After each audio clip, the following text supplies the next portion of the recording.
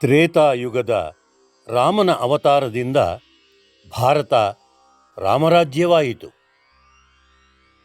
ರಾಮ ಆದರ್ಶ ಪುರುಷ, ಪಿತೃವಾಕ್ಯ ಪರಿಪಾಲಕ, ಪ್ರಜೆಗಳ ಆರಾಧ್ಯ ದೈವ. ಆದಿಕವಿ ವಾಲ್ಮೀಕಿ ರಾಮನ ಕಥೆಯನ್ನು ರಾಮಾಯಣ ಕೃತಿಯಾಗಿಸಿದರು. ರಾಮಾಯಣ ಭಾರತದ ಪವಿತ್ರ ಗ್ರಂಥವೆಂದಾಯಿತು. ತುಳಸಿದಾಸರ ರಾಮಚರಿತಮಾನಸ ಹಿಂದಿಯಲ್ಲಿ, ಕಂಬರಾಮಾಯಣ ತಮಿಳಿನಲ್ಲಿ, ರಂಗನಾಥ ರಾಮಾಯಣ ತೆಲುಗಿನಲ್ಲಿ, ಅಧ್ಯಾತ್ಮ ರಾಮಾಯಣ ಮಲಯಾಳಂನಲ್ಲಿ, ಸಪ್ತಕಂದ ರಾಮಾಯಣ ಅಸ್ಸಾಮೀಸ್ನಲ್ಲಿ ಮತ್ತು ಹಳೆಗನ್ನಡದಲ್ಲಿ ನಾಗಚಂದ್ರನ ರಾಮಚಂದ್ರ ಚರಿತ ಪುರಾಣ, ಕುಮಾರ ವಾಲ್ಮೀಕಿಯ ತೊರವೆ ರಾಮಾಯಣ, ಹೀಗೆ ಶ್ರೀರಾಮ ಸಾಹಿತ್ಯದ ಮೂಲಕ ಭಾರತದ ಪುರುಷೋತ್ತಮನೆನಿಸಿದ್ದಾನೆ.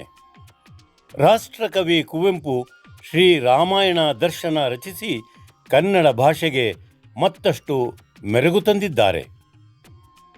ಭಾರತದ ಪ್ರತಿ ಹಳ್ಳಿಗಳಲ್ಲೂ ಶ್ರೀರಾಮನ ಭಂಟ ಆಂಜನೇಯನ ಗುಡಿಗಳಿವೆ.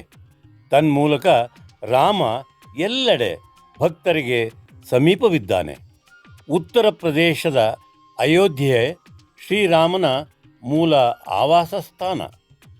ನಿವೇಶನ ಕುರಿತಾದ ಸಂಗತಿ ನೆನೆಗುದಿಗೆ ಬಿದ್ದಿದ್ದು ನೂರಾರು ವರ್ಷಗಳ ಭಕ್ತರ ನಿರೀಕ್ಷೆಯಂತೆ ಭಾರತದ ಉಚ್ಚತಮ ನ್ಯಾಯಾಲಯ 2019ರಲ್ಲಿ ಮಂದಿರ ನಿರ್ಮಾಣ ಮಾಡುವಂತೆ ತೀರ್ಪು ನೀಡಿದ್ದು ಇತಿಹಾಸ. 5ನೇ ಫೆಬ್ರವರಿ 2020ರಂದು ಶ್ರೀರಾಮ ಜನ್ಮಭೂಮಿ ತೀರ್ಥಕ್ಷೇತ್ರ ಟ್ರಸ್ಟ್ ರಚನೆಯಾಯಿತು. ಪ್ರಧಾನಮಂತ್ರಿ ಶ್ರೀ ನರೇಂದ್ರ ಮೋದಿಯವರು ಅದೇ ವರ್ಷ ಆಗಸ್ಟ್ 5ರಂದು ಭೂಮಿ ಪೂಜೆ ನೆರವೇರಿಸಿದರು. ನಿರ್ಮಾಣಗೊಂಡ ಮಂದಿರದಲ್ಲಿ 22ನೇ ಜನವರಿ 2024ರಂದು ಬಾಲರಾಮನಿಗೆ ಮೊದಲ ಪೂಜೆ ಸಲ್ಲಿಸಿದರು. ಇದೀಗ ರಾಮ ಮಂದಿರದ ನಿರ್ಮಾಣ ಪೂರ್ಣಗೊಂಡಿದ್ದು 25 ನವೆಂಬರ್ 2025ರಂದು ದೇಗುಲದ ಮೇಲೆ ಧ್ವಜಾರೋಹಣ ಮಾಡಲಿದ್ದಾರೆ. ಬಾಲರಾಮನನ್ನು ಶಿಲ್ಪಕಲೆಯಲ್ಲಿ ಅರಳಿಸಿದ್ದು ಕರ್ನಾಟಕದ ಮೈಸೂರಿನ ಅರುಣ್ ಯೋಗಿರಾಜ್ ಎಂಬುದು ಕನ್ನಡ ನಾಡಿಗೆ ಸಂದ ಅಮೂಲ್ಯ ಗೌರವ, ಸಂಭ್ರಮದ ಸಂಗತಿ.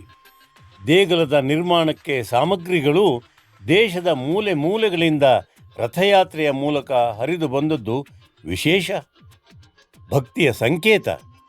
ನಿರ್ಮಾಣಕ್ಕೆ ಸಂಗ್ರಹವಾದ ಒಟ್ಟು ದೇಣಿಗೆ ಹಣ 3,500 ಕೋಟಿ ರೂಪಾಯಿಗಳು. ವೆಚ್ಚ 2,150 ಕೋಟಿ. 944 kg ಬೆಳ್ಳಿ, ವಿದೇಶದ ಭಕ್ತರು ಸೇರಿದಂತೆ 20 ಲಕ್ಷ ಸಂಗ್ರಹ, 396 ಕೋಟಿ ತೆರಿಗೆ ಪಾವತಿ. ಇದೀಗ ಪೂರ್ಣಗೊಂಡಿರುವ ದೇಗುಲದ ಮತ್ತಷ್ಟು ವಿಶೇಷಗಳು.